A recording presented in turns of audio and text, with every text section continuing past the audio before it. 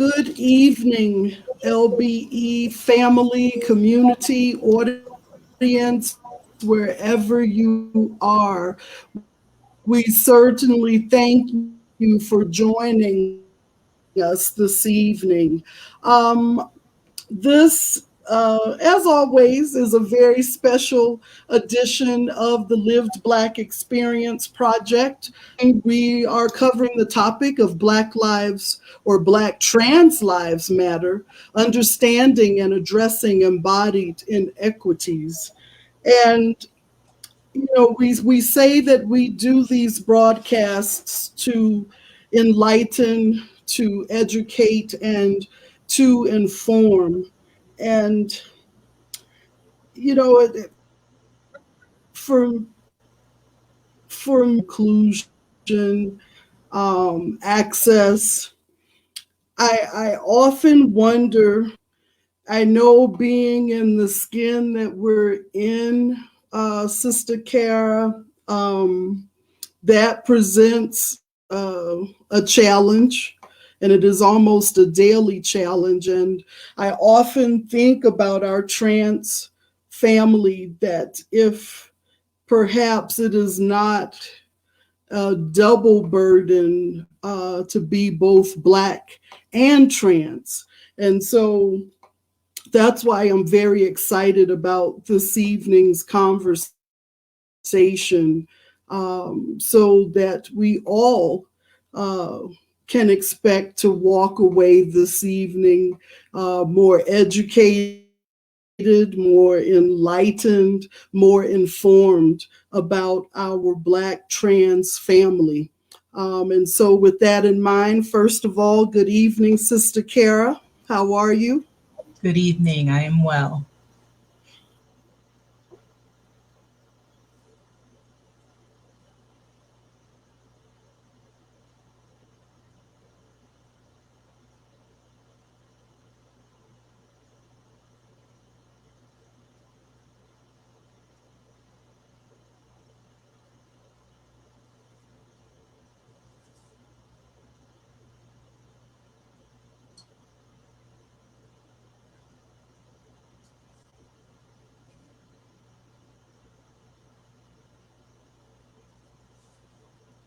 All right, and I believe Ms. Bernadine may be frozen at the moment, but we will go ahead and launch right into our presentation for this evening. I am honored to be able to present to you our three presenters for this evening. First joining us, we have Mr. Carter Brown. Carter Brown, through his lived experience as a Black transgender man, was compelled to found Black Trans Men Incorporated, to advocate for the empowerment of transgender people through community building and organizing to address the disparities faced by Black trans people. BTMI later gave birth to the Black Trans Advocacy Coalition, a Black trans-led national nonprofit organization that is based in peace building, community education, public policy initiatives, empowerment programs, and direct services. Brown's most recent accomplishments include testifying before the United States Congress in support of the Equality Act, an amendment to the Civil Rights Act of 1964 to include protections for transgender people. Brown and his team are also celebrating their 9th year of organizing and advocating for Black trans equality and empowerment, because Black trans lives matter. Also joining us this evening is Ms. Diamond Collier. Diamond Collier is one of the premier voices of the millennial Black trans community. She started her activism at 17 when she won a First Amendment rights lawsuit against the Indianapolis Public School system, a victory that allows her to go to the prom in a gender-affirming gown instead of a tuxedo. At 19, she was the first openly trans woman to attend the legendary HBCU Jackson State University, where she honed her passion for activism. Currently, Diamond is the executive director of Black Trans Women Incorporated, a national nonprofit that is led by Black trans women, focused on social advocacy, positive visibility, and building strong leadership among Black trans advocates, activists, and allies. And finally, joining us This evening is Mr. Charlie Burton. Charlie Burton is a native Virginian who transitioned later in life at the age of 50 after he was introduced to Black Trans Men Incorporated. His connection compelled him to become heavily involved in community activism and the empowerment of Black trans men. Now serving as the National Director of Programs for BTMI, Charlie continues to create programming that supports the unique needs of Black trans men and inspires them to become the change that they want to see in the world. Welcome, Mr. Brown, Ms. Stiles, and Mr. Burton. Thank you so much. We're very glad to be here. So I'm Carter Brown, as stated, and I do serve as the Executive Director of the Black Trans Advocacy Coalition. I want to note that we are the first and longest running national nonprofit organization that is led by Black trans people. We're empowering our community through our services of social advocacy, as well as building leaders and direct services. Our tagline is to become the change you want to see in the world. And indeed, we've been highly successful in creating change because we're led by the people that are of the communities that we serve. So this gives us consistent awareness of key issues that we advocate for. But unfortunately, we know that we can't do it alone. So we strengthen our support systems through collaborative relationships as we've established with Lived Black Experiences, or LBE, and so many other local organizations, as well as national, to bring you sessions and discussions like what we have here today, where we're talking about Black trans lives matter. So I would like to go ahead and get into conversation by introducing my teammates and allowing them a moment to just tell you a little bit of their background and how they became advocates as a part of the Black Trans Advocacy Coalition. So first, Ms. Diamond. Nice to see you again, brother. You as well. So I am Diamond Stiles. I am a 40-year-old activist vet who has been in the game for a long time. I didn't start off trying to be an activist. I started off just trying to live my life as a Black woman, and as a Black trans woman, there's obstacles that kind of come. So you really have no choice but to just kind of roll with the punches and try to fight when you can, and run when you can, and change what you can, and walk away when you can't change it.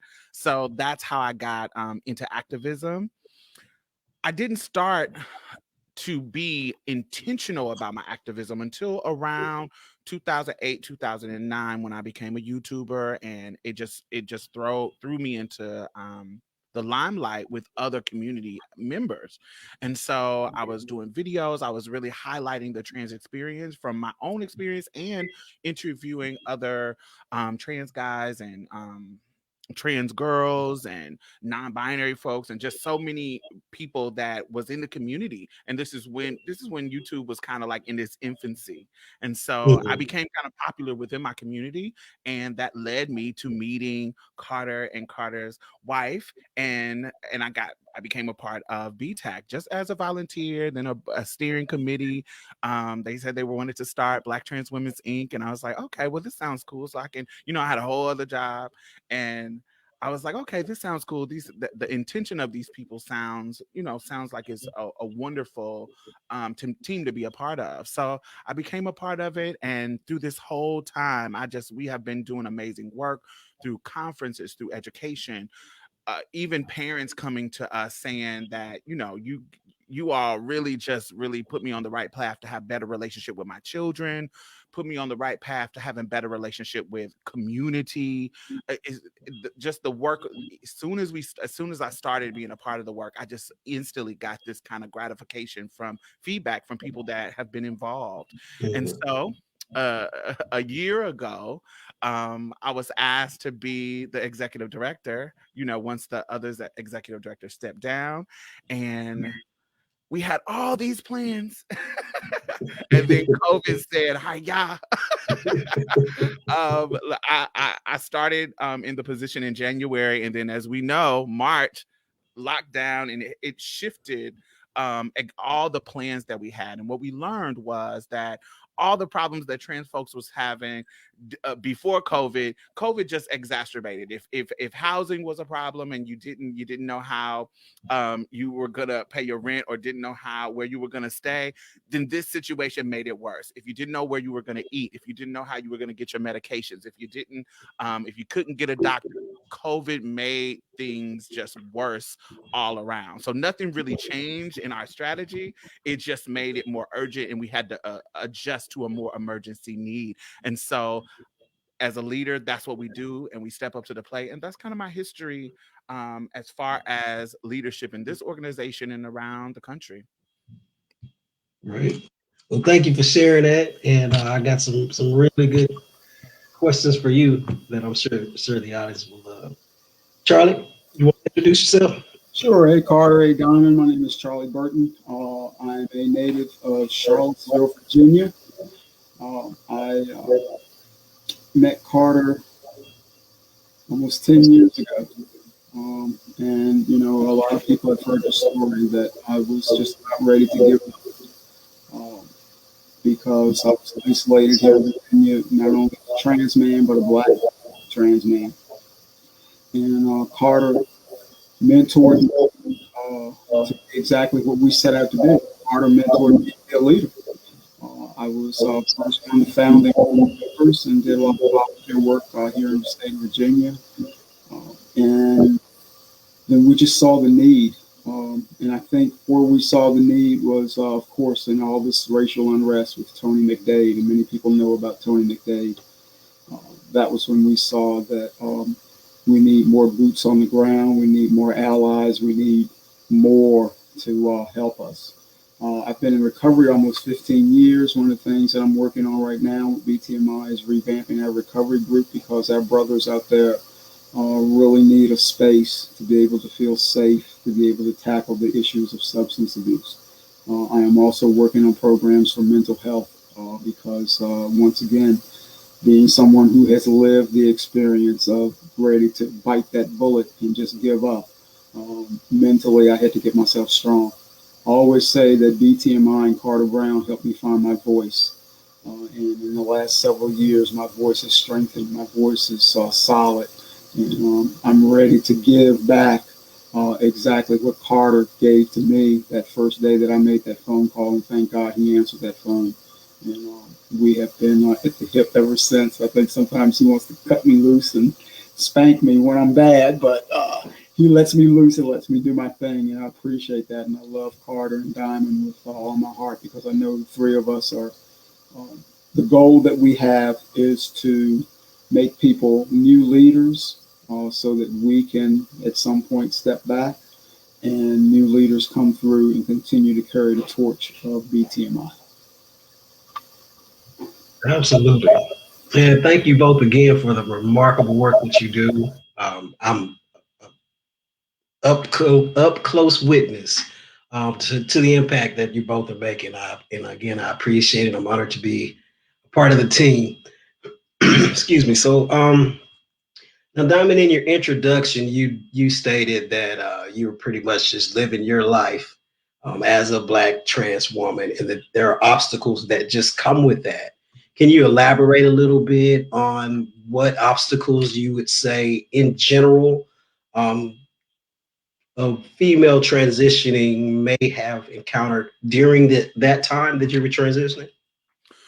So I transitioned in '95, and so what we see now is just a total different atmosphere and culture. Right now, what we see is the culmination of so much work that Black trans men, Black trans women, and queer people all around have done to push the narrative of trans folks who have been, systematically and culturally silenced and erased from some of the narrative when it comes to queer liberation, when it comes to the women's movement, when it comes to so many big big moments in our history. So we see Pose, we see these celebrities, these trans celebrities. We see movies that are centering our stories with respect, with dignity, with humanity. And you know, we see our narrative being told in a way that is from our point of view and not just, you know, some sensationalized point of view. So we see a lot of difference. When I was coming out in 95, we didn't have that kind of representation at all. We had Jerry Springer, who was sensationalizing us and sensationalizing the narrative that we were just out here tricking people and not telling people what's going on, and you know, and it just was a whole bunch of crazy stuff that didn't really align with the truth of our lives at all. And so, you know, we saw it. We were lumped in, even in research like around HIV. We were lumped in with the males. They weren't separating us in a way to look at us for our own particular issues. They were like, oh, MSM, put them in there, and they weren't even when you think about care about trans people, it wasn't specific to our experience. So all they would do is shove you know, HIV literature down your face when you get in, especially if you're in community work. It's just HIV, HIV, HIV, HIV. It was never about healthcare outside of that, because everybody doesn't have specific healthcare issues. It's so many range, because we are human. It's a range of healthcare issues that we have. But in that time, it just was about really actualizing our humanity. And really, that's a across the board thing that everybody, if you talk about marginalized people across this country, when we talk about and across the history of this country, we are trying to actualize our humanity. We are trying to get you to see that we deserve the rights and the protections and the respect and the dignity that anybody else does, that everybody else who is privileged, cisgender, particularly cisgender white men. We are trying to actualize that. We are trying to show you that we deserve respect, and it is a part of our birthright, particularly around citizenship, around protection with the institution of the government. When it comes to what we need and what we look for in care and look for in building community culturally, we do exactly what everybody else is doing. We're trying to let you see our humanity and, you know, and build off of that. So that's what's the difference in now and when I came out. We didn't have all the inroads and the infrastructure. Not that we don't, that it's perfect now, but it's much, much more centering our real lives and our humanity than the sensationalism of the 90s. Yeah, you're absolutely right.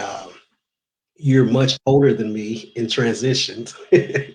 But even just, I actually transitioned in 2000, or began my physical transition in 2000. And you're right. I mean, change happens so quickly in community. Like, I didn't even know of community. We didn't have social media even then. You know, Charlie and I were speaking the other day just about, if we look at the screens now, everybody puts their pronouns. I get emails, and it's people that aren't trans and they have their pronouns, and it feels great to see the progress. When we were at a point where, you know, we were fighting and scratching just to get, you know, a friend to call us by the proper pronoun, let alone the general public. We were looking through the yellow pages and the white pages for support groups. Right. And even with that being said, to find support groups, you still lacked that other intersection of your identity. There weren't support groups for Black trans men, for myself. And so Charlie and I were a part of one of the first groups that we started on social media. As a matter of fact, in 2011, it was a group that I created just because I was looking for other Black trans men. And Charlie, I mean, you want to share a bit about what, you know, that experience did for you as far as creating community, even though it was virtual at the time?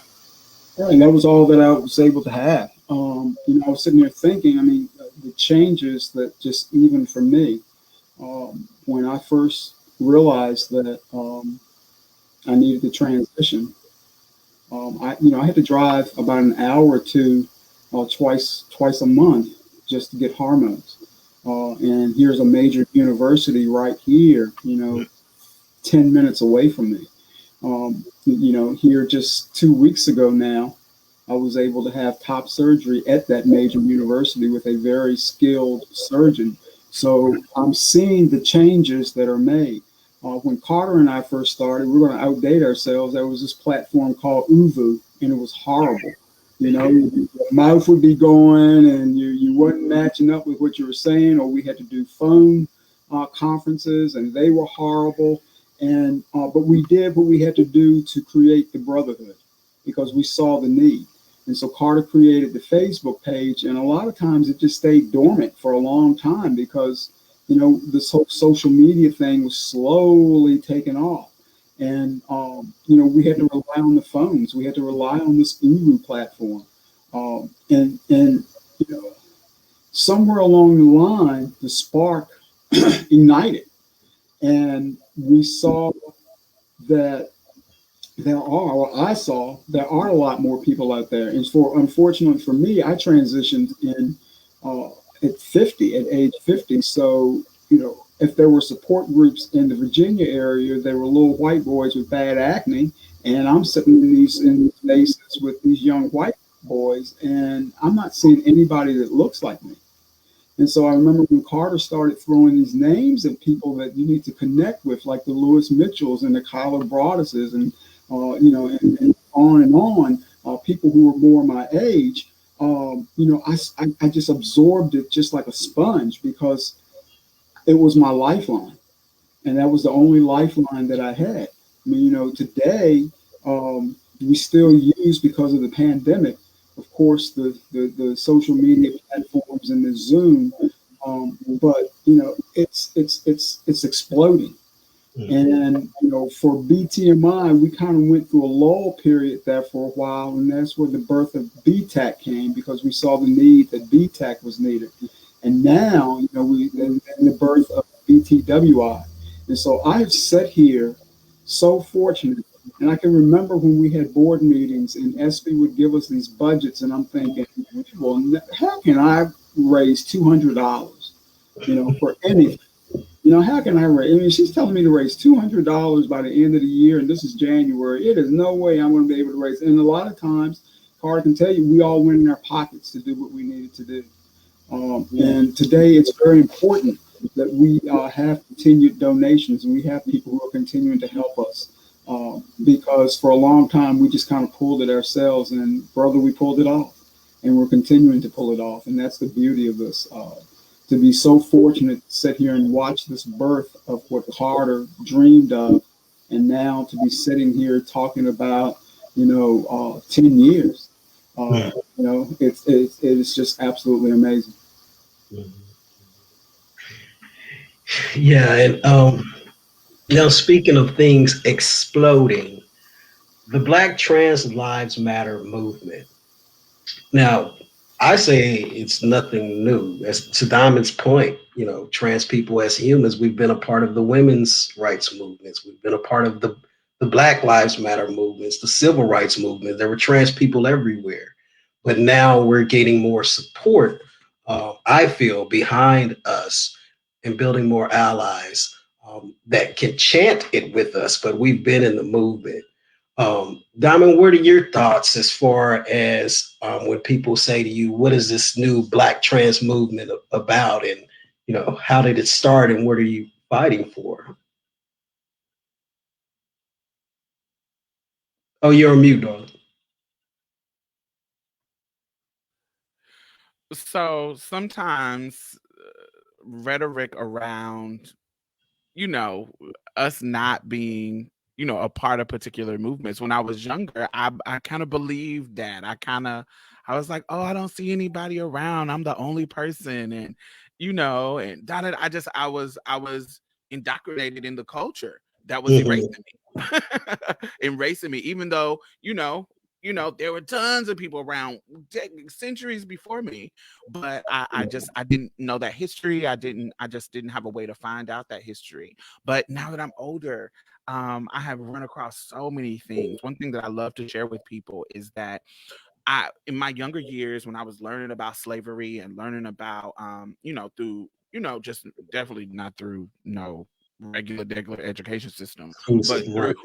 but through, me reading and finding it out for myself, or through peers who were teaching me certain things. When I was looking through about talking about slavery, I was like, I never connected transness with slavery.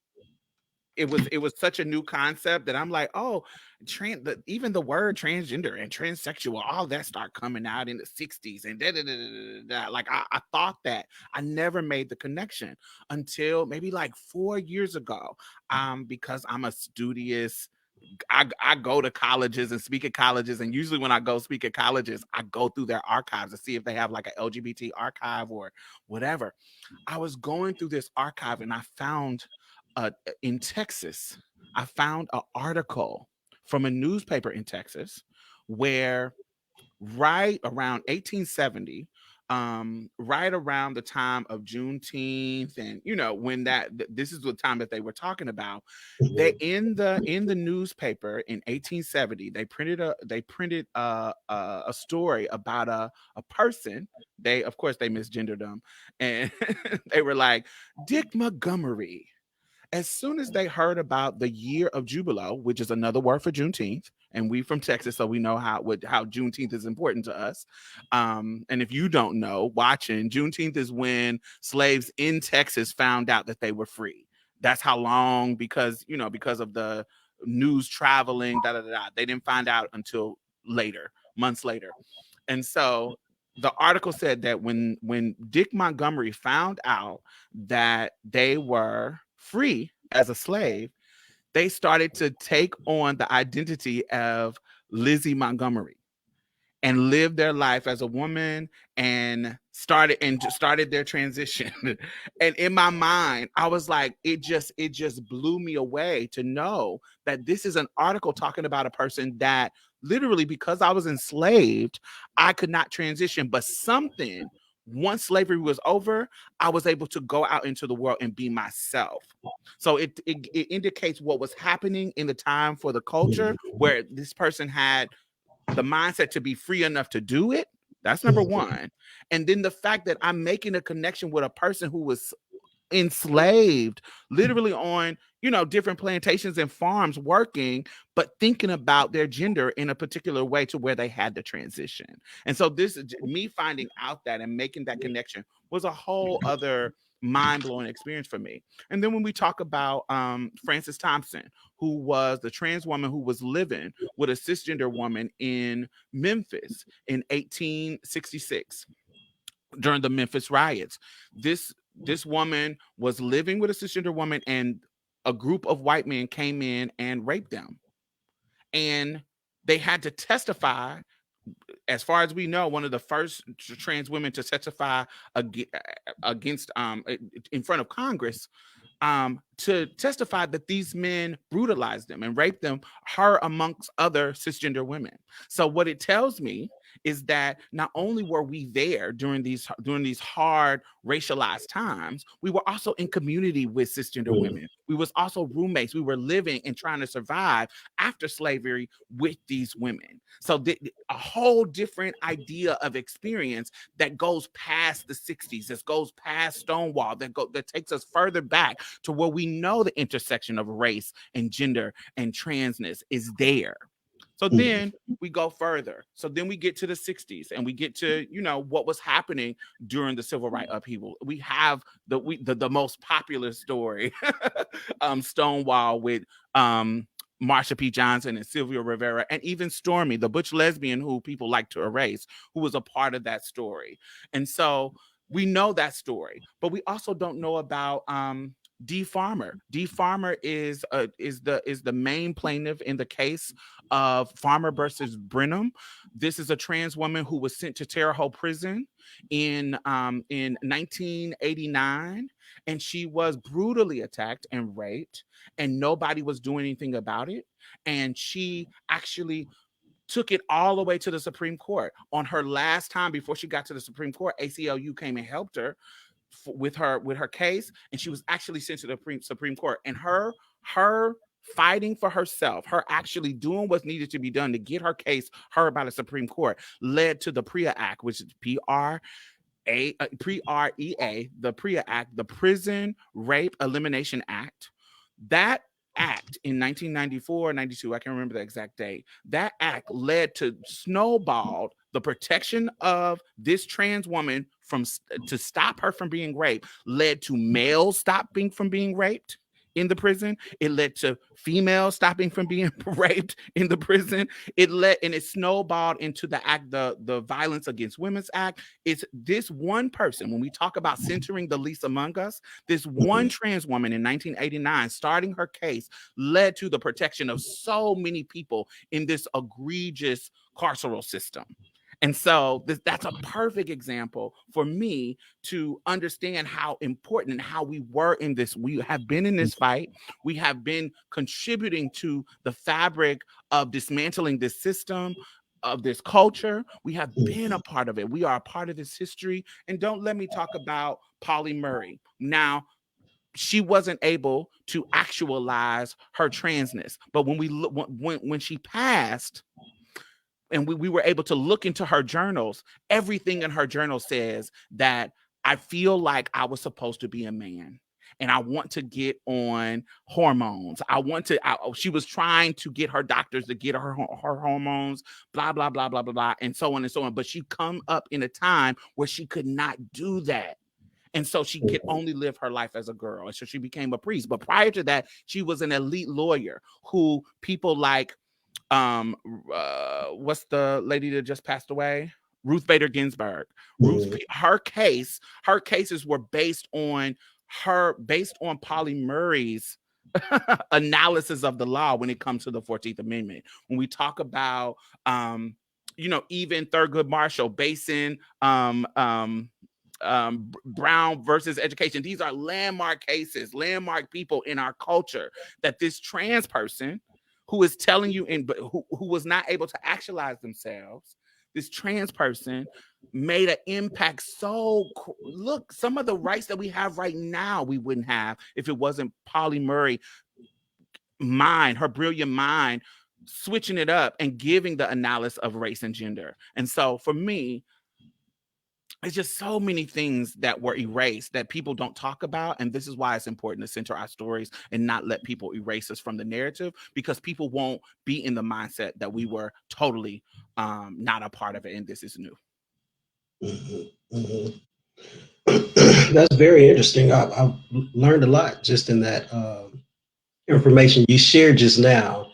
And it seems that the commonality of all those people's story is a matter of, finding their voice, or even finding the language for self-identity, and then finding their voice. But the story of the slave, the freed slave, that really strikes me because it was like a double freedom. Like they took freedom, they consumed the idea of freedom completely, from just bondage to freedom, from the inside out. And that's really a remarkable story. And I'll definitely be repeating that one. But, fast forward, now that our bodies are no longer in bondage, we still have to find our voice and find the language that translates to people that says, this is who I am. And not only this is who I am, but I have the right to exist and I'm worthy of getting equal treatment. How do you guys feel, or how do you each feel about, just your everyday walk of life, feeling that you have to prove yourself and your worthiness of your humanity?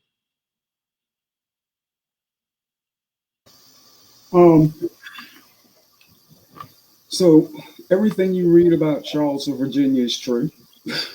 I'll just put that out there. I really struggled knowing that I was here in Charlottesville and raised by, Southern Baptist believing parents, in a family who, are very religious based.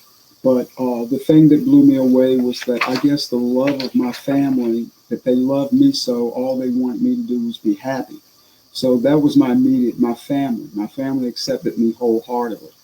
I will tell you that here in Charlottesville, Virginia, and it's probably a lot of other guys can say the same thing, I was shunned and pushed aside by my own culture.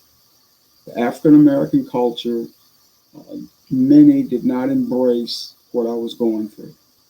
And, I tell the story a lot of times to young guys. I got so sick of family members dying because I would have a really great beard coming in, and then I was so self-conscious of the walk that I was trying to do that I would shave it.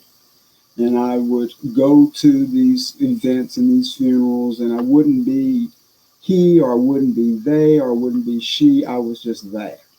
So they were, used to seeing me as this big butch lesbian dressing pretty much the same way that I dress now. But it wasn't until one day I just realized when I was ducking in a grocery store from a classmate that how am I going to live my authentic self? How am I going to be able to feel free to walk in the shoes that I want to walk in? And, I think I had pushed myself back because I lost a job because I was representing Black trans men at a Pride festival, and I got interviewed and I got fired because it was in the newspaper. And I had to stop being afraid. And the person who had the most fear was not the people out there, it was what was in here.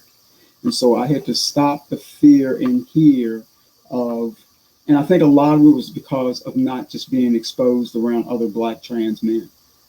And so knowing that I was walking this walk here in this city pretty much by myself, and not being able to physically have a brother that I could sit down to. I had Carter, but someone who physically understood what it was like to physically be here.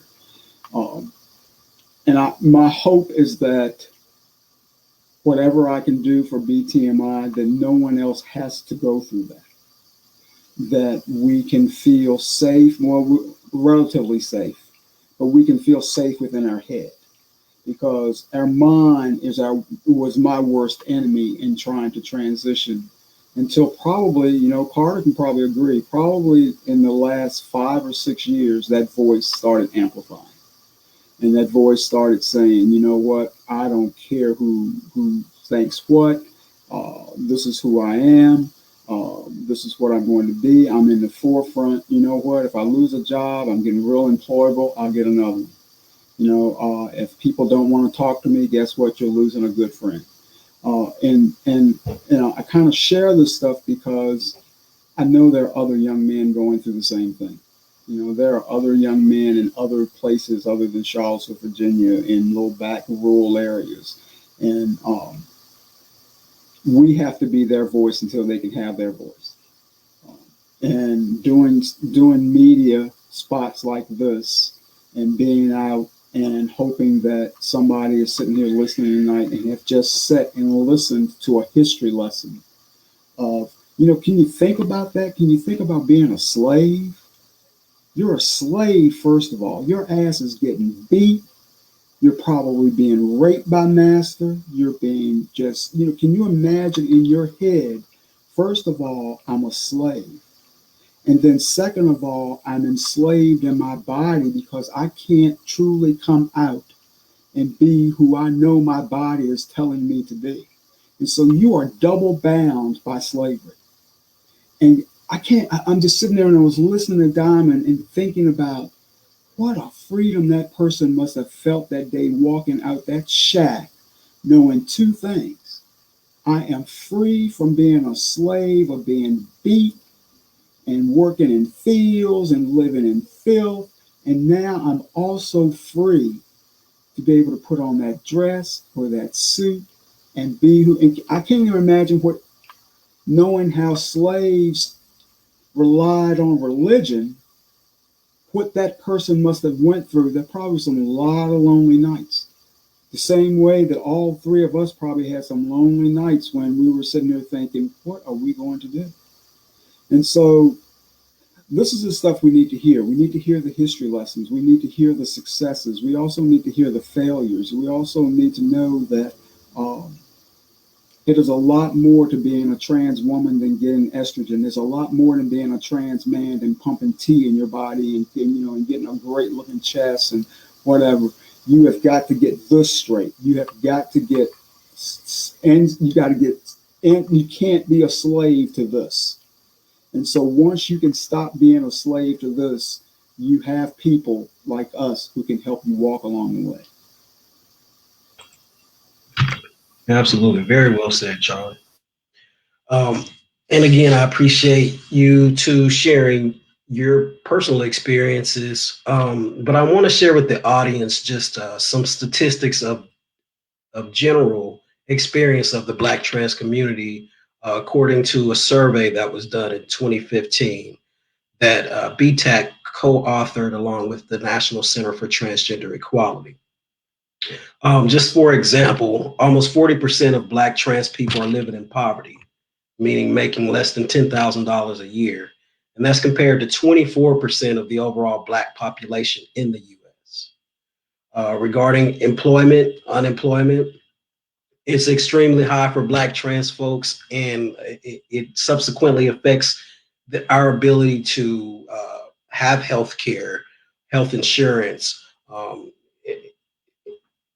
That stacked on top of finding adequate and competent health care for trans related health requirements.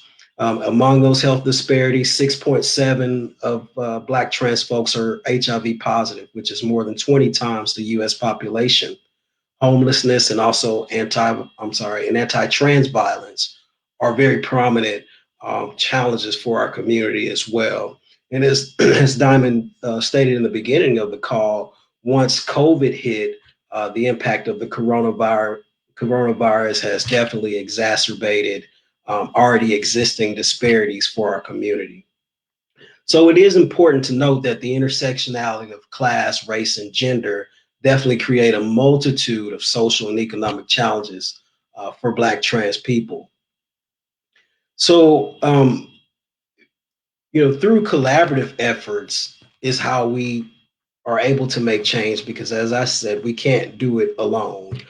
We have to have people, the powers that be, to make the changes, and that takes lots of voices and lots of allies, or as the hosts say, co-conspirators in the fight for change.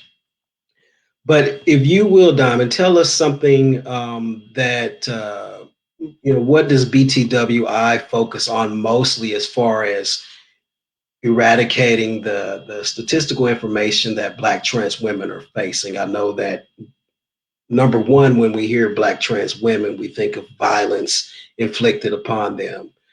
What has been some of the things that BTWI has done to address victims of violence?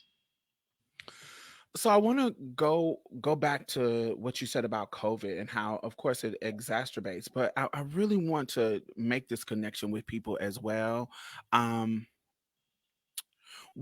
What COVID did, I know the context is different, but I want you to hear me out. Catch this. I know the context is different, but what COVID did was allowed cisgender people to see how transgender people are living on our day to day. Trans women particularly, but trans in general. Because think about it. So COVID had you scared of some scary thing that can get you, that can kill you, that's out there, right? For a trans person that is not passing, that is, and when we talk about passing, we're talking about your ability to blend with cis heteronormativity. People assume that you're just like you're a cisgender person. If you don't pass, and they can automatically tell that you're a trans person, when you get on the bus, you can sit next to somebody and that incites some violence. That can be something that can harm you. So it creates a level of isolation in the same way that coronavirus made us be isolated because there was something out in the world that could get us together. Trans people are isolated, a lot of them, particularly the ones that don't pass, because they don't want to be ridiculed and things thrown at them. I remember when I was in college, dudes would throw bottles and oranges at me, just me walking down the street, going to class. So there's a level of violence and a level of harm. I've been on the bus where I sat down to somebody and somebody could figure out I was trans, and it turned into him wanting to fight me just because I sat next to him on the bus. It could lead to something trying to get you. So that leads to isolation. When we talk about the medical field, COVID, people who were worried about COVID, if you got a cough, a fever, you go to the hospital. The doctors don't know what's happening. You got your president saying stupid stuff that don't make sense. That's opposite of what the CDC is saying. The CDC is saying, oh, we don't know anything yet, and we just know this and So people don't. You go to this hospital and people don't even know what's going on with you. Yo, that's what trans people go through. When we go to get medical care, a lot of times the doctors, particularly if you are a rural trans person, now cities, and particularly if you are in the South, now if you in New York, you in San Francisco, you in LA, there's a certain level of privilege that comes with being in those places that have an infrastructure to take care of trans people because the doctors know what's going on. But when you in the South or you in the rural areas, sometimes them doctors don't know what's going on with you. They haven't done the study. They haven't done the research. They haven't actually had the education to take care of a transgender client. Look at what's happening in Arkansas with these stupid bills based on false science, based on stuff that they don't even know about. So when we come into the hospital, we come into the care, doctors don't even know what's going on. So COVID just gave you a glimpse of what we deal with automatically. That's just us being us in the level of what we have experienced just once we transition. For me also, at BTAC, what I try to do is to create, we got a lot of visibility going on. Y'all, people are trying to do performative. They're bringing us on to talk. You're going to see a lot of trans people's faces when when Pride comes around, when Transgender Day of Visibility, when they got to get that one token trans person, boom, you're going to see a lot of trans folks' faces. But the thing about it, visibility doesn't fix nothing. Visibility doesn't fix anything. It gives you moral. You know you're not out here alone because you see a trans person on the TV, you see a trans person on the StreamYard, you see a trans person, on a billboard. The visibility. But if I got to eat, if I have to find a place to sleep, if I got to get medications for what's going on with me, if I got to not be beat up when I'm trying to go to school, all these things, that doesn't fix the visibility, doesn't fix the problem. And a lot of times visibility can exacerbate the problem. I remember when I first went to Jackson State and didn't nobody know yet because they couldn't tell that I was trans, and they put me in a boys' dorm, so that's how it all got out. When the first month I was there, everything was all peachy and good because they thought I was a cisgender girl. Once it got around the school that it's a trans woman living in the boys' dorm and everybody could put my face to the thing, that's when the violence starts to happen. That's when people were trying to throw boiling hot water on me, knocked on my door, and thought I was going to open it, but they were throwing boiling water at my door thinking that it was going to hit me.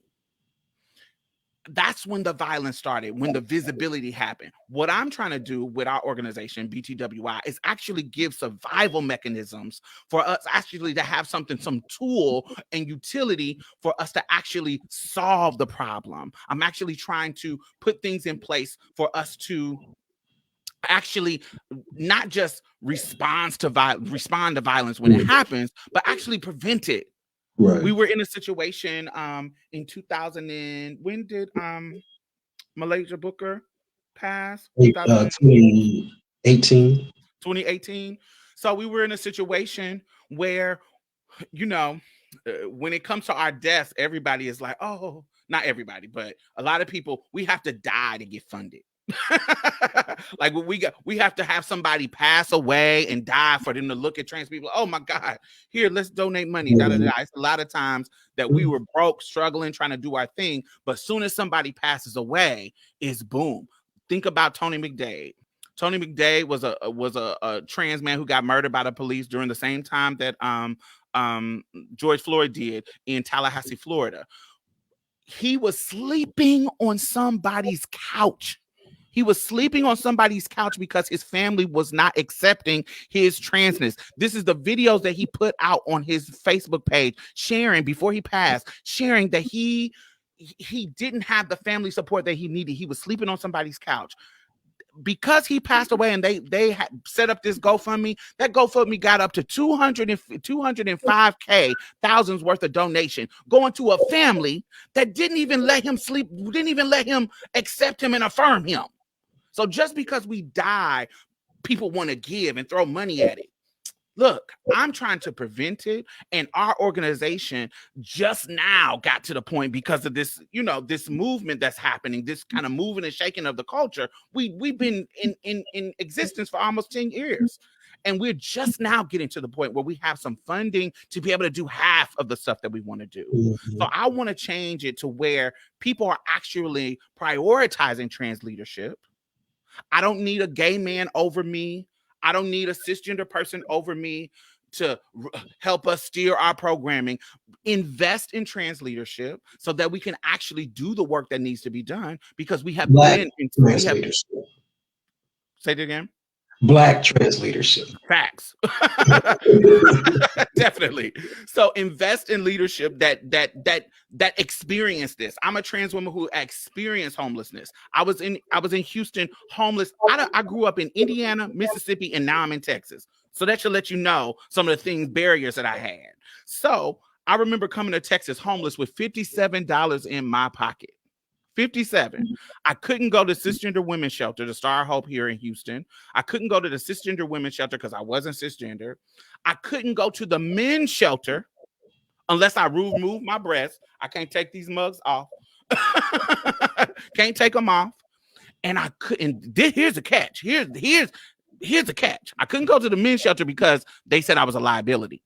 But the catch is I couldn't even go to the LGBT shelter because I wasn't HIV positive. Mm-hmm. And their grant funding was intended to help people who were positive. Mm-hmm. So where am I supposed to go?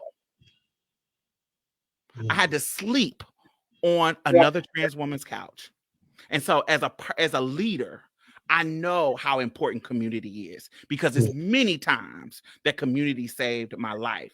And so Kimberly Robertson asked a question in the comments, that they've noticed that the transgender ladies and gentlemen have been historically and notably active in all these movements. Has the LGBT community been reciprocated or reluctant among these groups in advancing their rights? That's a wonderful question, because what I know is that my community has saved my life. And when I say my community, sometimes that's not necessarily trans people. There has been many times that trans people have saved me, queer men have saved me, queer women have saved me, Black women have saved me, Black men have saved me. There are some people in our community, I wish it was the majority, but it's not. But there's some people in our community that says you are a part of us, you are one of us, and we know the systems that are up against you, and we want to help you. There are some people, but so there's some reciprocity when we talk about the Black Lives Matter movement. That one of the pillars of the founders included us. Now, that's what they wanted the vision to be. But when it comes to, little small areas of Black Lives Matter, they may not include us, but we can't control that. It's going to be some transphobia out here that we have to fight against. So for me, to answer that question, yes, it's some reciprocity. There's some people who center us and care for us and want us to succeed and want to dismantle these systems in the same way that they do, and they see us as an ally. But there are tons of people that, even the people among us that's dealing with the same oppression, that is not trying to advance our rights. We don't look like Black excellence. We don't look like the Black excellence that they want to see. They want to see a cis heteronormative Black man as excellent. That's what they want to center. They see us as a stain on the community when we actually are a resource. So, yes. Very well said. Very well said.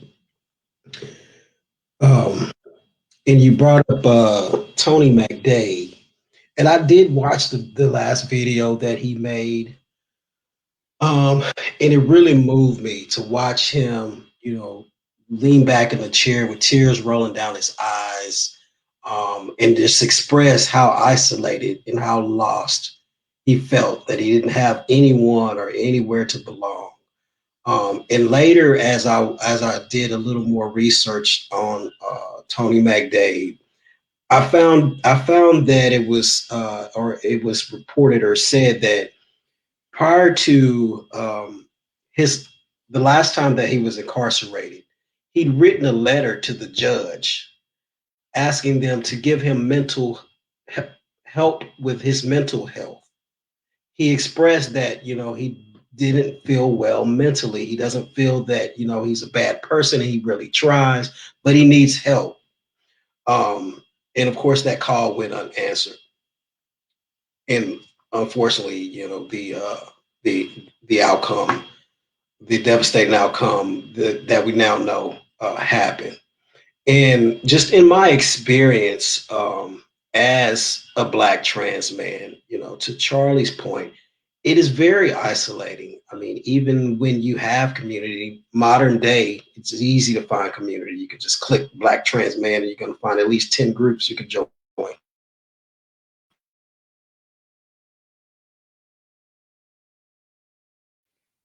Absolutely. In my everyday walk, I don't run into trans men.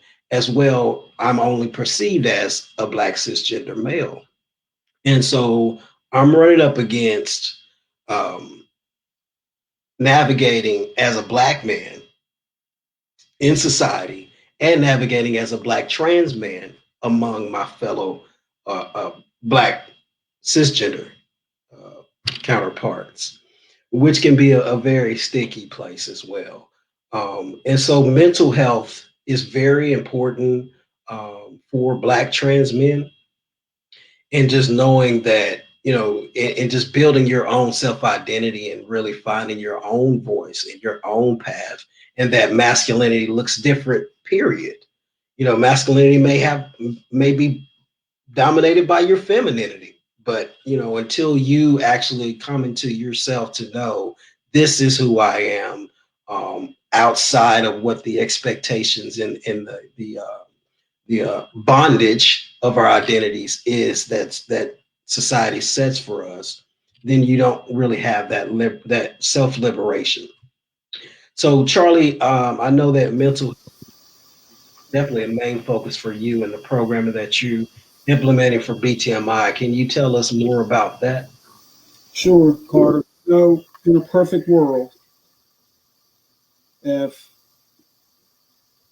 we don't have nearly the funding that we need, but in this perfect world, if the funding that was coming in that we have trickled down now was there before Tony McDade, boots should have been on the ground, even with our own organization or some other organization, while that boy was in court, while that boy was in jail. When that boy walked out of jail, somebody from some Black trans organization should have been there with him. He shouldn't have been sleeping on people's couches, just like Diamond shouldn't have been sleeping on people's couches. There should be housing for trans people that they can go and live in safely. There should be safe houses for trans women when they're getting the shit beat out of them, and they can go somewhere and you don't have to make 45 phone calls to try to figure out at 2 o'clock in the morning where to put a safe trans woman at.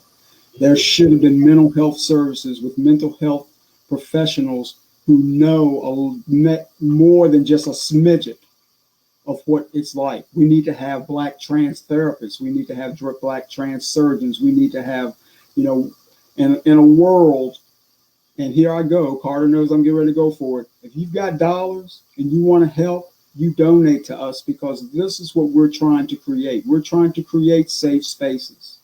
We're trying to create, God bless Barack Obama, President Barack Obama, when he did mention Tony McDade.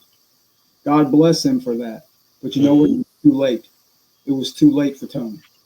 And so when we have an Akani program, which is a mentoring program ran by a fantastic young gentleman by the name of Maddox Jackson. And I was in on a couple of those mentoring programs, and I remember Carter Maddox and I sitting down looking at each other and thinking, there's some broken souls out there. And they're coming to us for help, but we're not equipped legally, and we're not equipped with the psychological aspect of it to be able to help these guys.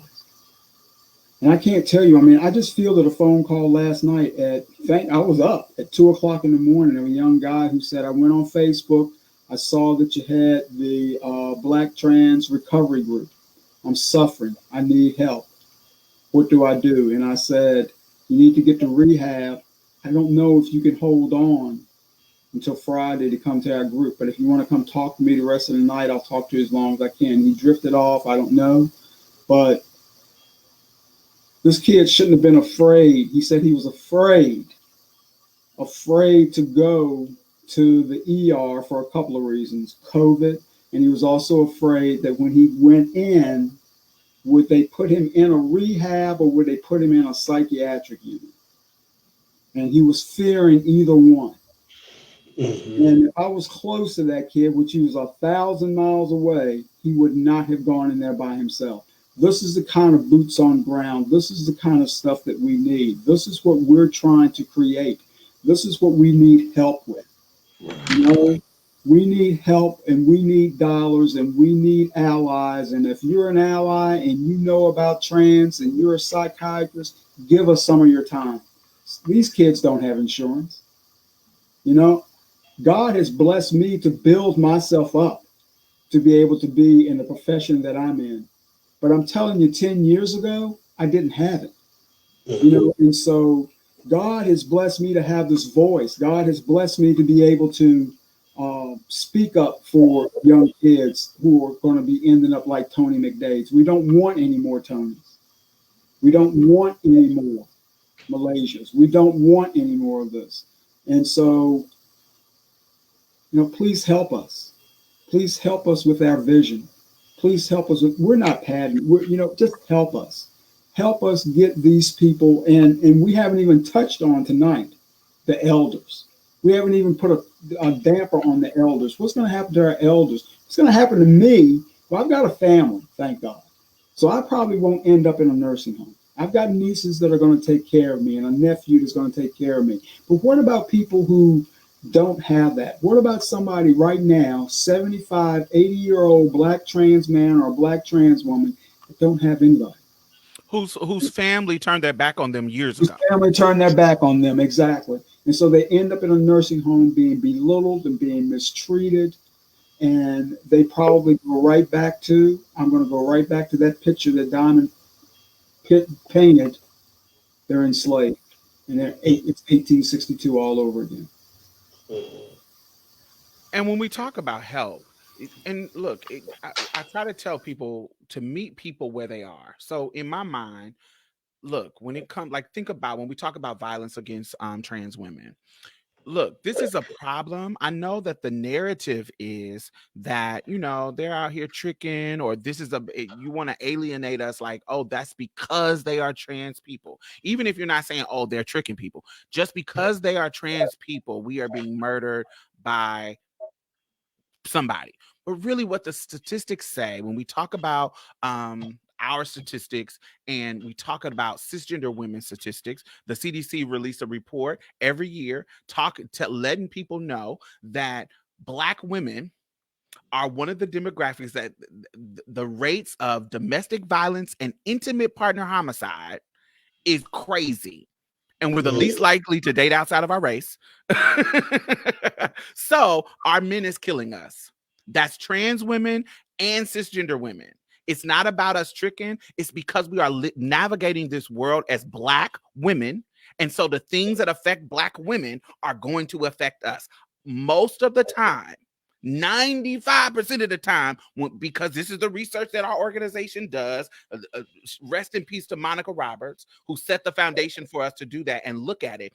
We look at the cases after the sensationalism is gone. We look at what happened to the perpetrator who got caught. And what we always see is it's not about tricking. It's about they had an intimate partner relationship. These are our lovers. These are people who know we are trans that is murdering us.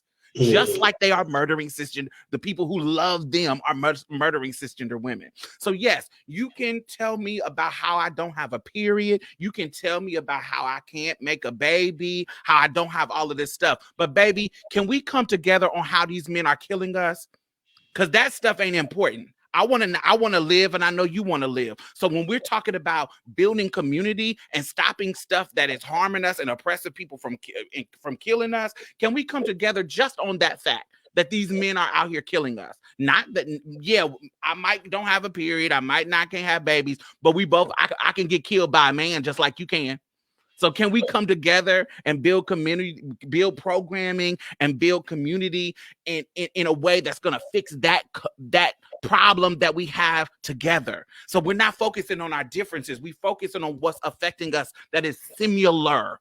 That if we had a Venn diagram, what's that thing that's in the middle that we both connect on? If you're having a hard time to connect with people, because I know transness can make us seem like we're this alien, foreign thing, but we're actually not.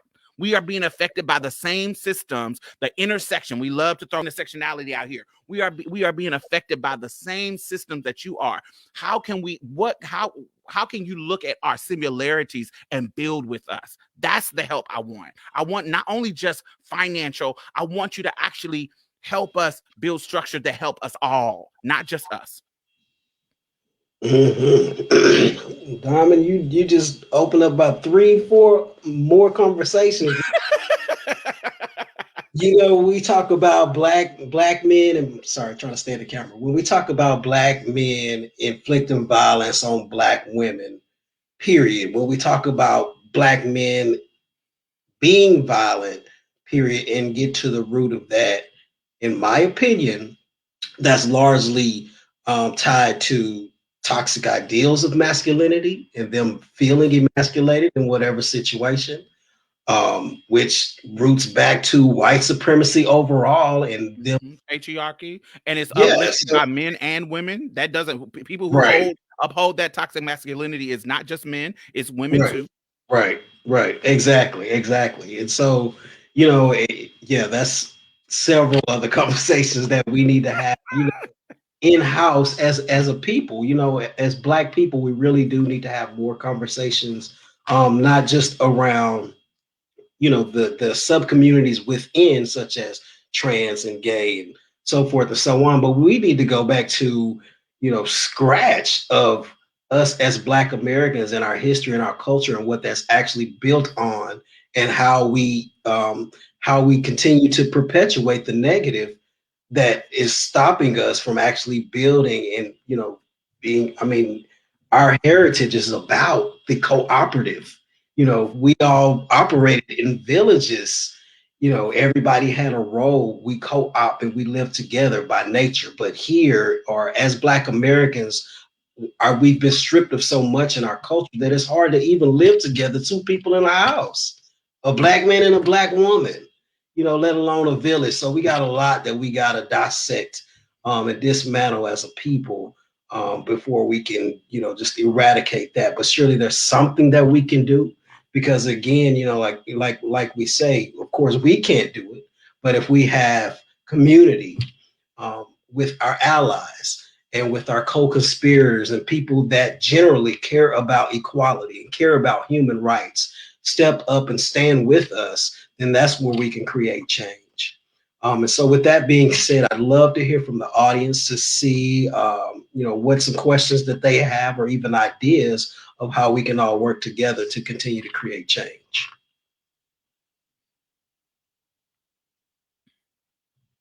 Absolutely.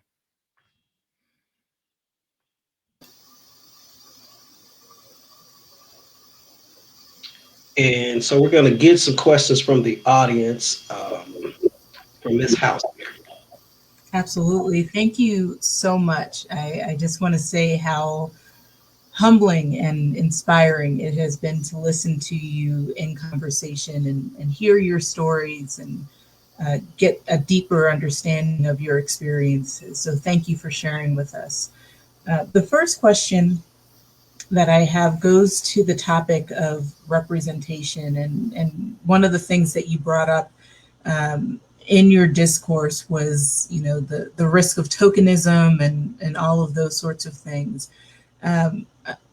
It seems like for so many who are not part of the trans community, the main representation that folks are provided with in society tends to come from media and pop culture and those sorts of things, which are in many ways problematic because of having worked to establish some of the vilifying representations of transgender men and women in cinema and television. And while there has been a shift in more recent years, apparently, I'm wondering how you view how trans men and women are represented in television and cinema and those sorts of things. Has it actually improved? Is it still problematic? Is it tone deaf? Is it not capturing an adequate picture of your experiences?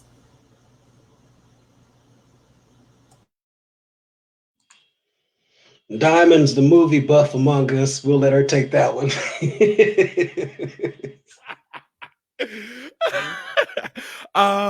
Okay, so look, when you're coming out of a subculture, when you're coming out of the dark, when you're coming into your like I said, your humanity being actualized, there are going to be some flubs, there are going to be some mistakes. So if we just look at the Black narrative, when we talk about the very first film that came out, Birth of a Nation, look how horrible they depicted Black people, Black men, and all that kind of stuff. And then when we get to all the way to Hattie McDaniels, when it comes to her winning or being nominated, I can't remember if she won. I think, did she win? I can't remember, but yeah, she did. So her being a maid and being this mammy figure, a trope that we have been trying to fight, Black women have been trying to fight for decades or for centuries in regards to the mammy trope. When we talk about colorism in the hip hop community, when we talk about it being nothing but light skinned girls in films and music videos that we actually control ourselves. It's not even the white man doing it. We center in the light skinned girls. And now we're coming to where, we're starting to see more dark skinned representation. You see what I'm saying? Now the video vixen can be dark skinned and not be something. These are the things that that Black people have been dealing with, that women have been dealing with, and just on a gender level instead of a race level. We are also dealing with these things at the same time, and we are a new, quote unquote, and put new in quotes. We are a new entity. I'm as a person who loves culture, I am going to expect that there's going to be some flubs. I'm going to expect that there's going to be some things that don't really represent me. There's going to be some things that people create just for the sensation. Look at Jerry Springer. He literally was creating trans representation, but it was because of the sensation, because of the exoticism of transness. He really made a fortune off of doing that. And so I know that there's going to be some things that people put money behind that are going to be mistakes.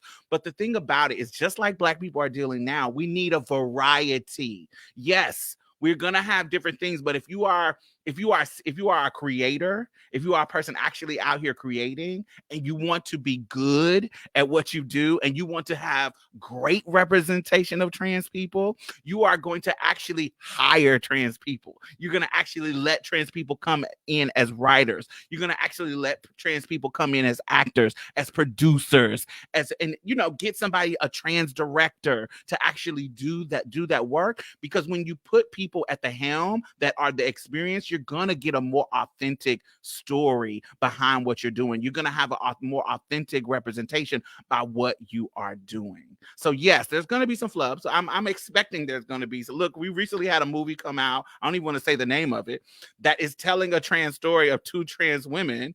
And then actually they got actors that are cisgender women telling a story about how we're tricking people, and then we get one of us get murdered and the other one gets injured at the end. What kind of narrative is that? But it's directed by a cisgender woman who doesn't have any trans friends. And so we know the intent of that. So even the consultant that she hired had to quit because the consultant said, no, this is wrong. And she wouldn't change. Creative differences. And I'm like, so we know your intention wasn't to uplift the trans community. We know this is going to happen. But the intention, we were talking about this earlier today. The intention is to, when you have power, you bring trans people in the room. I have a podcast called Marsha's Plate, and we there's a guy who listens to us that is the crossword puzzle champion of the world. So he wins crosswords. How random is that? He is the editor of the crossword puzzle in the USA Today newspaper. He made our podcast one of the answers to the crossword puzzle. Isn't that crazy? So he used his power, his privilege, his situation was his expertise, and said, I'm going to put these people as a clue so they can get some kind of visibility. That small little thing got so many people tweet, some older person tweeting me saying, hey, y'all were y'all were a clue in my crossword puzzle this morning on a Sunday. I started listening to y'all, and y'all teaching me a lot.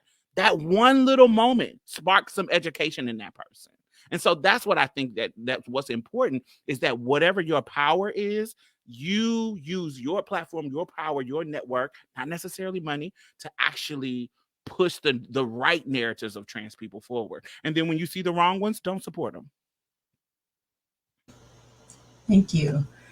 One of the things that was brought up during your presentation as well, and I believe maybe Ms. Stiles, it was you who referenced the significance of pronouns in social media and headlines and Zoom headings and names and all of that. And so often, I wanted to go back to that, because so often what I hear in Zoom meetings that I'm in is, somebody will see the pronouns behind folks' names and say, like, why does that matter? That doesn't matter at all. It's just a silly thing that people are doing. And we know that that's not true. And you made a beautiful point, in fact, about why it does matter. So I'm hoping that you can go back and just state a little bit more about why it's so significant to see that.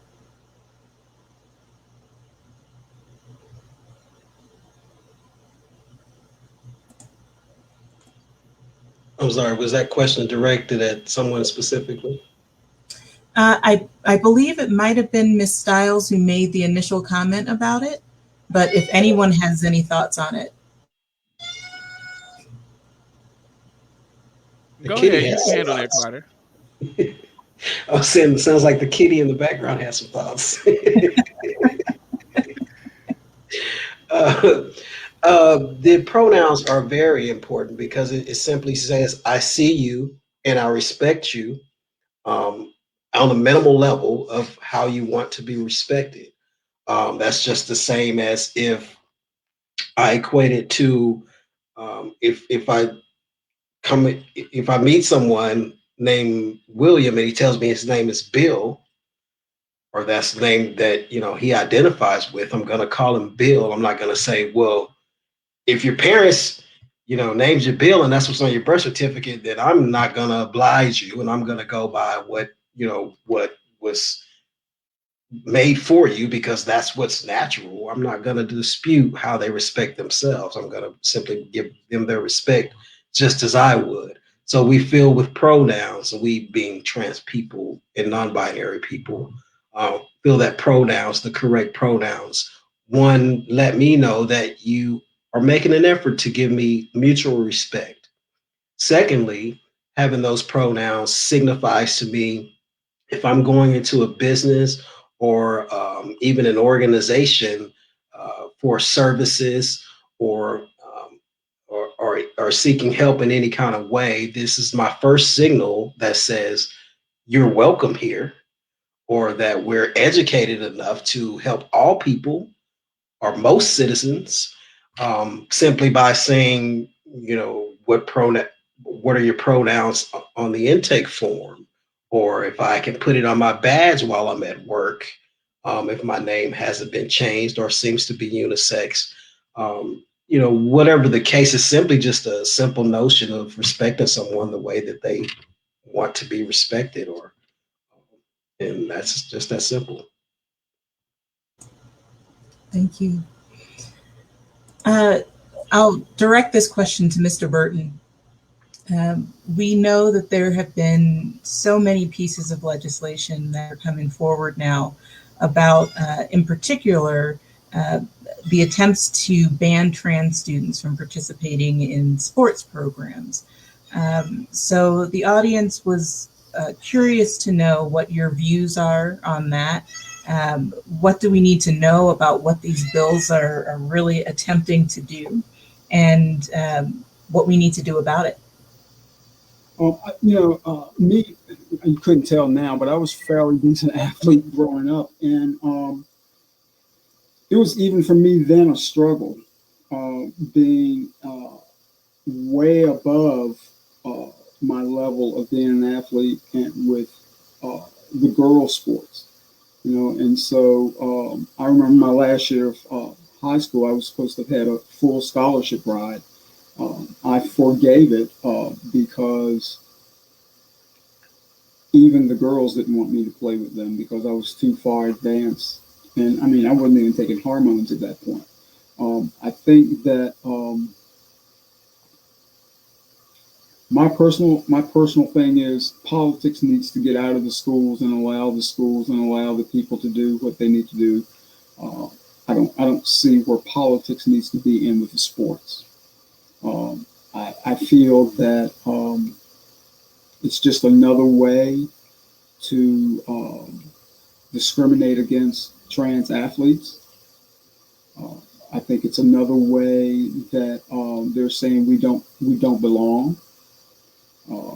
I am not in favor of us having a trans football league. I'm in favor of, if you are now transitioning and you're a female, you need to be on the women's track team, or you need to play women's basketball. That is who you are. You are a woman. I don't see where, as me taking hormones, that I'm going to be a step above someone as an athlete because I'm putting testosterone in, that I should be over on the women's league. I'm a man. And so therefore I should be allowed to play in the men's sports. I hate how politics gets into everything. And politics sometimes can rule us out of being able to allowing organizations or sports to just, it's for enjoyment. It's for enjoyment. It's for enjoyment of the person to express themselves as an athlete. It's for enjoyment for us to watch as spectators. And once you get this whole political stuff into it, it mucks it up, and it destroys the ambiance of what it's supposed to be. Thank you. Yes, Ms. Stiles. Let me jump in on that a little bit. So I definitely agree with Charlie when it comes to children, because that's not their career. They're just trying to do something fun that they enjoy. But when you get to the upper echelon of sports, that is people's career, and they take it very seriously. It is their career. It is, sometimes it's ways people get into college. It is funding that they can get to that. So that's when it gets a little bit more serious. But what I hate about this conversation is that neither side is being realistic and honest about what's out here when it comes to biology. Everybody wants to be have PhD in biology when it comes to trans people. And they still have, if your mindset is that humans only come in X, Y, and XX, then you don't have a degree in biology. You have an 8th grade education in biology. So go sit down. This isn't the conversation for you.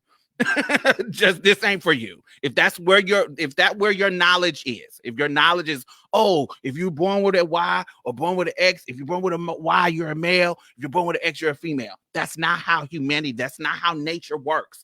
Nature is way more nuanced than that when it comes to our body and biologies of our bodies. So let's start there. But second of all, both sides, I am on the fence about this because when it comes to sports, because we are not sitting throwing money into transgender research like that. We don't have a lot of research when it comes to the trans body to actually prove if it's fair or unfair. There are certain biological research that has happened, but it hasn't been a lot.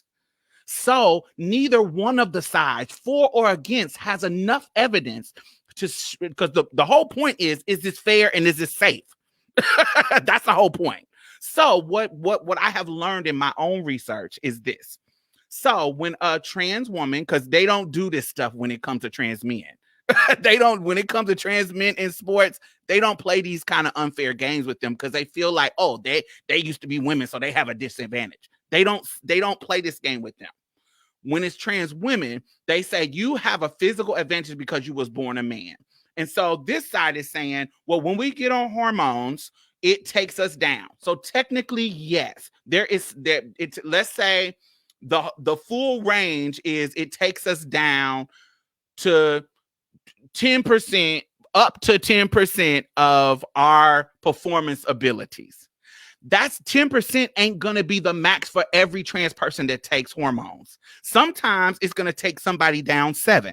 Because they said up to 10%. Sometimes it's going to take people down 5. Sometimes it's going to take people down something, And it depends on the physicality of the actual sport. When we talk about sports, sometimes in track, yes, them hormones is going to affect how you go. But if we're talking about something like physical contact sport, when we talk about throwing something where you're using the upper body, where not just your strength is a part of the equation, there are too many variables in sports to actually make a yay or nay in this. We need more research. We need people to put money into trans bodies, into researching trans bodies and how these things work. When you get more research, both sides can have a definitive answer. But right now, neither one of the sides. So if you are trying to make it seem like you are totally right in this on both sides, I think you are disingenuous and not actually looking at the facts of the matter. It is your transphobia that is saying you don't want trans women in sports if you're not looking at the facts. It is your delusion of trying to, you being a super ally and saying, oh, trans women need to be in sports. If you are not looking at the facts, we do not have all the facts. We do not have all the research, and we need more research.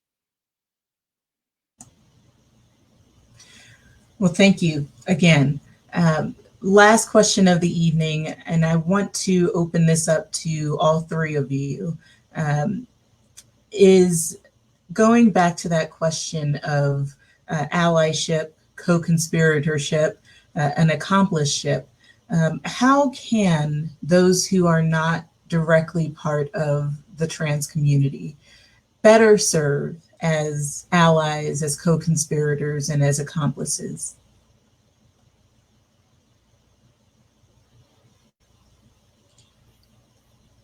Charlie, you're on. So as I said earlier, if you are a psychiatrist and you want to help that movement, help us who don't have insurance, those guys, give your services, give your time. If you're an ally and you have some gift, some talent, something, give of your time. You know, we're not closing the door on you because you're not trans or you're not black or what. If you want to help us, we want the help. And then lastly, if you've got dollars, we need those dollars. You know, so there's a donate button on www.blacktrans.org. There's a donate button. Click that button. You know, I know this is COVID. I know this is pandemic. Well, guess what? Some of y'all got a couple of commas in your bank account. And some of you want to help, and some of you want to give, and some of you are saying, well, what can I do? There's an example of a woman that is a friend of mine here in Charlottesville who Carter and I both know has gone beyond as an ally, as a health provider, to get us footing to where we might be getting some help. I mean, this is the kind of stuff we're talking about. You know, you're saying you want to help, Put your money where your mouth is. Put your actions where it is. We need people who have whatever it is. Like I said, psychiatrists, clergy. We need, therapists. You've got time. Not all of us have great insurance. Not all of us have insurance. And we need to get, I can speak for the Black trans men, we need to get these young guys off the street buying their testosterone off the black market. They don't know what they're putting in their veins. And furthermore, I'm an advocate. It took me, after I decided and had accepted that I was trans, I had enough in me, thank God, that I said, I need to sit for about a year with a therapist before I put anything in my thigh. Because I know how fucking crazy I am right now. And if I put something in my body that's going to make me even crazier, I'm done. I'm down. And so we need people aligned to help us. We need people like you who are willing to donate an evening of your time to listen to us and to listen to our stories and to listen to our dreams and listen to our hopes and listen to where we want to go in the next year. COVID has kicked our butt, but we're bouncing right back. We are, the three of us right here as leaders are resilient, and we're determined that we're going to provide for our people in 2022 the conference that will be of all conferences, where we will have workshops. And so if that means there's allies who want to help us in those workshops, sign up. But for right now, you please, blacktrans.org, and there's a lovely donate button right down there, and just donate to your heart's content. And trust me, the money is going to be used to help our youth as well as our elders. Very well said. Charlie and Diamond have both given really, really great outside the box ideas of how people can contribute to the movement and just contribute to human rights for trans people. And so I'm pretty much just going to boomerang that question back to our audience. What can you do? What can you do? What privileges do you have? What resources do you have? Is it a matter, or would it be possible for you to educate the staff at your job about trans identities, or reach out to a trans agency in your area and ask them to come onto your job? Are you a musician? Maybe you can do a fundraiser, a virtual fundraiser, play a show, make money, or fundraise to contribute to BTAG. So my challenge to you is to answer the question, what can you do? And I would like for everyone to log on to our website, check us out, some of the work we do, blacktrans.org, and email me personally by Friday and let me know what you're going to do to be in community with us and to bring equality and social justice for Black trans people. You can email me directly at corp@blacktrans.org. That's CORP@blacktrans.org. Again, my name is Carter Brown, and we've been very, very happy to have your time and attention today. Thank you again to Diamond and Charlie, and to LBE for hosting this segment, this platform for us to have our voices heard, because Black trans lives matter. Yes. Thank you so much once again for sharing with us, for providing this educational opportunity, for telling your stories, and for your patience in engaging with our community, and being willing to be that voice and share out this information for us. We are so grateful for your presence here, and for your stories, for your courage, for your bravery, and for the way that you have shared with us tonight. We're going to close out with our typical presentation to let you know what's coming up next. Our next session will be on Sunday, April 11th at 2 p.m. Mountain Standard Time on Oklahoma House Bill 1664. and the rise in others like it that seek to protect drivers who hit protesters and seek to suppress voting, voter turnout, access to the vote, etc., and the importance of state legislative races and seats and why people should be paying attention to them. Again, that will be on this upcoming Sunday, April 11th at 2 p.m. Mountain Standard Time. The Live Black experience is dedicated to fully engaging the community in all aspects of the Live Black experience and facilitating community dialogues regarding it that lead to mutual understanding, respect, and reconciliation. We are housed in the historic Murdoch Community Center, which is located on the site of the old Dunbar Elementary School. Dunbar was desegregated almost 2 years prior to Brown versus the Board of Education, and the school system here was held up by the NAACP nationally as a model for education. By taking a few minutes to complete this survey, you are helping us to continue to provide the community with relevant and timely programming. And finally, if you enjoy the programming that's brought to you by the Murdoch Community Center, we ask that you consider helping us to continue the work with a monetary donation. You can do so by following the link on the slide or scanning the QR code on your screen. And as a reminder, the Southside Community Association is a nonprofit 501c3 organization. As always, we close out by saying thank you to those who have joined us this evening. We appreciate your engagement, your curiosity, your willingness to learn and listen, and we invite you to rejoin us again next time. Until that time, we say have a wonderful evening, and as always, be blessed. Thank you. Thank you.